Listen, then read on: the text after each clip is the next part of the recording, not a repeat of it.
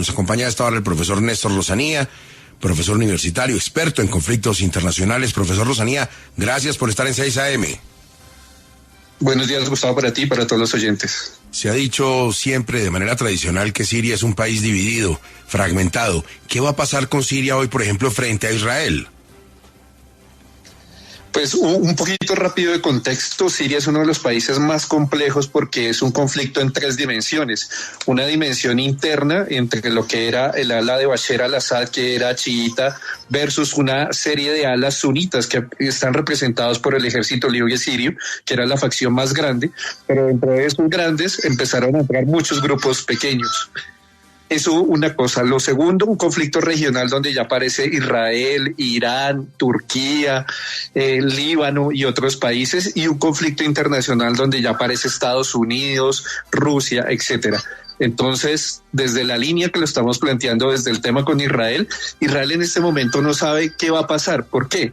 Porque sale Bashar al-Assad, que era su enemigo histórico, pero llegan al poder no demócratas ni sus aliados ni nada, sino una ala que venía de Al-Qaeda que lo ve históricamente como enemigo. Puede ser que esto termine siendo hasta más difícil y más violento para el mismo Israel. Profesor Lozanía, usted en eso último que ha explicado resume un poco la posición de algunos periodistas que conocen bien al nuevo líder de las milicias o de la rebeldía en Siria. El ex colega del país, David Alandete, por ejemplo, escribe en sus cuentas de X que uno puede estar contento por el hecho de que hayan derrocado a un tirano como el señor el-Assad y al mismo tiempo preocupado por el hecho de que los que van a llegar pueden ser peores. Recordemos quiénes son los que van a llegar o los que ya llegaron. Esta es la gravedad de los que están llegando, que vean esto. Osama Bin Laden, el gran nuevo terrorista enemigo de Estados Unidos, creó una célula aliada, pues parte de él, como una franquicia, digámoslo así, que se llamó el Frente al-Nusra. El Frente al-Nusra combatió en Siria y en diferentes teatros operacionales en Medio Oriente desde las órdenes de Osama Bin Laden y de Al-Qaeda, y de ahí nació también una confrontación donde va a aparecer después el Estado Islámico. O sea, estamos hablando del terrorismo internacional más duro, más radical, y ese terrorismo radical del Frente al-Nusra simplemente cambió de nombre y es el que hoy llega al poder. Por eso es paradójico, ¿no?, que se dice los luchadores de la libertad o los rebeldes, cuando realmente el origen y la esencia de estos son terroristas de Al-Qaeda que llegan al poder en Siria. Profesor Lozanía, el presidente Gustavo Petro dijo en sus redes sociales que este nuevo gobierno en Damasco podía significar que el país árabe se derechizara hacia el fundamentalismo, fue lo que dijo, y que podría tratarse de una nueva alianza con Donald Trump. ¿Esto tiene algún sustento, lo que dice el presidente? Tiene la siguiente variable: los que van a llegar al poder son de la ala más radical, conservadora y extrema de las líneas de lo que se llama la Sharia, que es la implementación más fundamentalista del Islam. Ahora, el primer comunicado que hacen es que ellos entienden que Siria es multicultural y que hay diversas religiones, pero es lo mismo que dijeron los talibán cuando llegaron al poder, y hemos visto cómo han vuelto, digamos, a su línea tradicional de agredir las mujeres y de una línea muy fundamental del Islam y de la Sharia. Entonces, estos que llegan al poder son de esa línea fundamental. Ahora, aquí hay cosas, y Siria por eso es un escenario tan complejo de análisis, porque esto es un sistema de alianzas. Ejemplo, Estados Unidos estaba a favor de que cayera Bashar al-Assad, ayudó, apoyó, pero otros que estaban también combatiendo a Bashar al-Assad en un momento era el mismo Estado Islámico. Y en muchos momentos lo que se decía era que el ejército de Estados Unidos paraba y dejaba que el Estado Islámico siguiera, siendo que Estados Unidos era enemigo del Estado Islámico.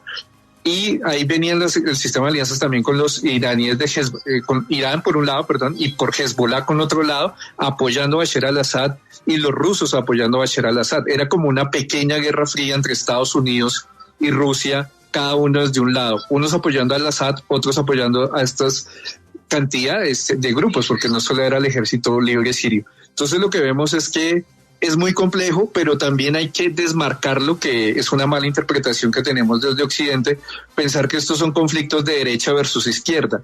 Realmente estos son conflictos que tienen un origen muy religioso y tienen unas versiones, digamos, más de control territorial que una versión ideológica izquierda y derecha. Profesor, ¿cómo toca esto al régimen de Maduro en Venezuela? Pues Bashar al-Assad cae por una cosa fundamental, porque sus aliados están en crisis. Los rusos están metidos en Ucrania y están con las manos llenas, por eso no tuvieron la capacidad, digamos, los bombardeos no fueron suficientes para controlar a HTC. Los iraníes están en plena guerra con Israel. Hezbollah está muy golpeado, tanto que le tocó llegar a hacer un momento de un cese al fuego con los israelíes, porque estaba demasiado golpeado.